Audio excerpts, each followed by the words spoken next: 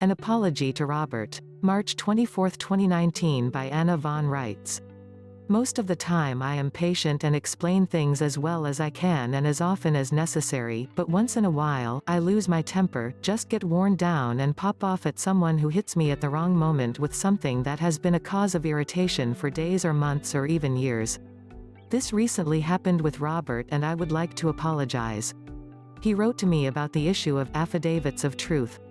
He assumed that I was using certificates to replace affidavits and referenced an article of mine where I explained that living people who are acting in their unincorporated lawful person capacity can't make affidavits, only corporations like franchises or officers of corporations can make affidavits. The rest of us must label our presentations as testimony in the form of an affidavit. This is part of the court rules and part of the reason that our testimony doesn't get heard in court. Another reason is that too many people file their paperwork with the court clerk and don't file it with the prosecutor directly and with the district attorney. They aren't obliged to accept your testimony, read it, react to it or respond to it until and unless you label it properly for what it is and present it to them directly. There is a difference between an affidavit and testimony in the form of an affidavit, just as there is a difference between a state of state and an actual state.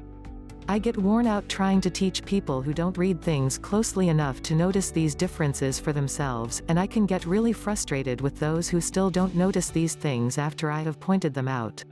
If a man asserts that he is operating exclusively as a lawful person and is owed exemption and exoneration, but then turns around and submits an affidavit instead of a testimony in the form of an affidavit, he has presented conflicting information.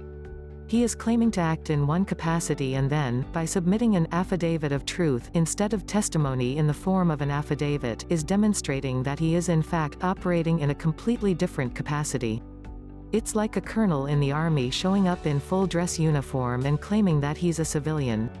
If we are going to deal competently with the many issues facing this country, we must all learn to read things much more closely, with more attention to what the words actually say and how things are labeled and named. So, I am sorry for losing my temper, Robert. It was just the straw that broke the camel's back after months of trying to draw people's attention to similar facts. A state is not a state of state. A state of state is not a state of state. An affidavit is not testimony in the form of an affidavit. A United States citizen is not a citizen of the United States. An American state national is not a U.S. citizen. The United States unincorporated is not the United States, Inc. The United States of America unincorporated is not the USA, Inc. Indictments are not presentments.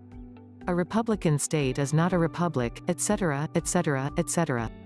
As confusing as the rats have made this, I actually have great sympathy with people who are threading their way through the maze and who care enough to do so. I'm sorry, Robert. Please forgive me for being Grandma Grump. Please hit subscribe, like, share, embed, and get ready for many more Anna von Reitz article videos.